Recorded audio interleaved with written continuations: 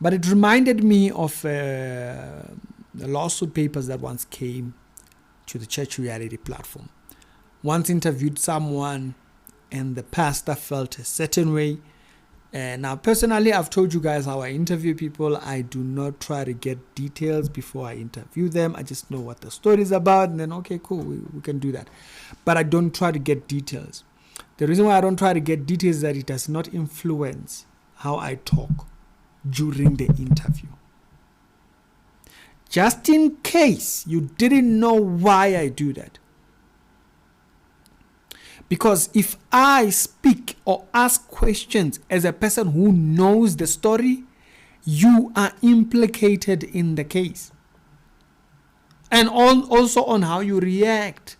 And all this, you can be implicated by that. You can be implicated for laughing also. It's quite a wild thing.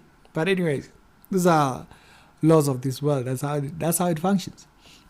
And so I don't ask questions. I don't ask too many details about the story. If I'm going to interview, I just know what it's about. Okay, cool, let's go ahead and do that. Because I do not want to ask questions. Like, I remember watching an interview very recently. I had to address a video about it. This lady was interviewing this gentleman, and let me put it simply, as Eva from the Home Cell platform, right? She interviewed and it's very clear the questions she's asking, they have talked before. Why? Eva doesn't know me. The things she's asking imply that they had a conversation before. And that conversation, he was telling her what he feels, and because she was really hanging on things that they had talked about. And so personally, I avoid that because it's going to affect how you speak on the show. Just in case you don't know why I do that. Because I remember once when I had Austuli, there's this lady called Austuli. She came and people were saying, Ricky, you should have watched. I said, no, I should have watched nothing. That's not how I do interviews. I want the person to speak what they are here to speak. That's it. So now you know why. And you know what it protects me from. It protects me from me speaking a certain way about things I know nothing about. You're going to feel a certain way once they've told you the story. So, but it reminded me of this story. Someone came through to the platform, they spoke, and the pastor felt a certain way. There was twice where that happened. There was one particular pastor who tried to sue me, and he had issues with a couple of videos I had made, but he didn't really have a case because, he didn't have a case at all. Even YouTube laughed it off. They just pretty much laughed it off. And so he went, and I then made a video explaining why he didn't have case. And he never pursued the lawsuit because there was no case. Okay. Number two, he was trying to imply copyright and all those kind of things, and it just didn't apply. Then he tried to use the YouTube thing. It didn't work. YouTube didn't allow him to do that. Then I had a gentleman who filed last year against a certain person who I interviewed. And this person had been interviewed by other platforms before. And when he came to my platform, the pastor reacted on pulpit. When he reacted, the pastor invited a lawyer onto the pulpit. And I said, you're going to have a lawsuit here. And the reason why I said that was because the fact that he invited lawyers, you see, the problem is once you have people that they want to work, it's just work for them. They don't care about nothing. They don't care about truth, nothing. Nah, they just want work, And I think it's a betrayal of truth when a person is at that particular point. And I said, you're going to have a lawsuit here. And so the person, he did file a lawsuit.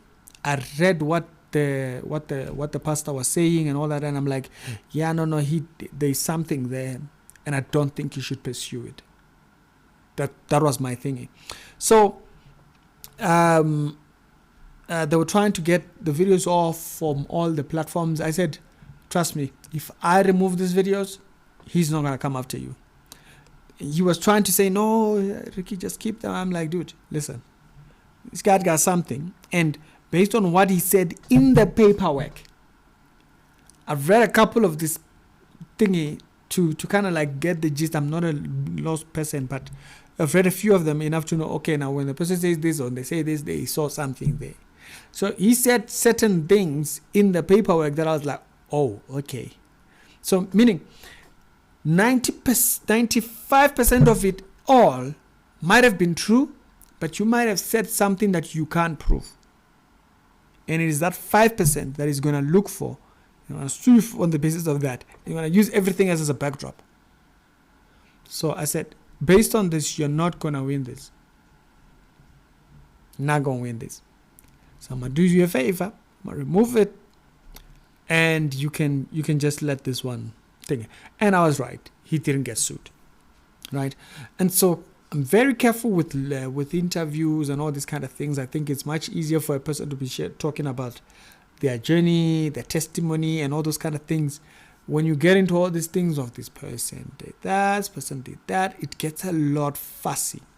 But it doesn't mean you shouldn't do it. Be careful what your contribution is towards that. Okay? Like there's one particular one that I want to do now. Now this person, there's been accusations publicly. Like there's been even articles publicly. So based on that, the particular person that I'm going to take them on the basis that there's these articles that have gone out. Those articles now give me ground to now take this person and say, oh, okay, come, let me hear what you guys to say. But I don't know the story. I just know that he says he was doing that. Okay, cool. Let's go ahead. But at the same time, I don't want to hear the story before I interview them, because now it's going to influence how I question them. And then how I question them will imply that I know the story, so I'm involved. You know, the whole thing. Get involved in there. You get put inside. So, but anyways, even if you don't even get involved, if you just give them a platform, you can get sued. You know, this stuff is this stuff gets crazy, you know. But I wanted to highlight this because I think for people that are running podcasts and all this kind of thing, you wanna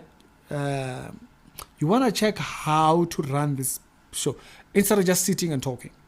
It's not just, oh, there's a lot of stories, I can go out there and get one, you know. But be careful how you run the stories, because they can get very hectic very quickly. You know, you just coming up and saying this person is a witch. It can get very hectic very quickly, because you're gonna have to prove that, bro. You know, there are pastors that have said things like I've had pastors who said things that they couldn't prove biblically, so they couldn't claim it was biblical.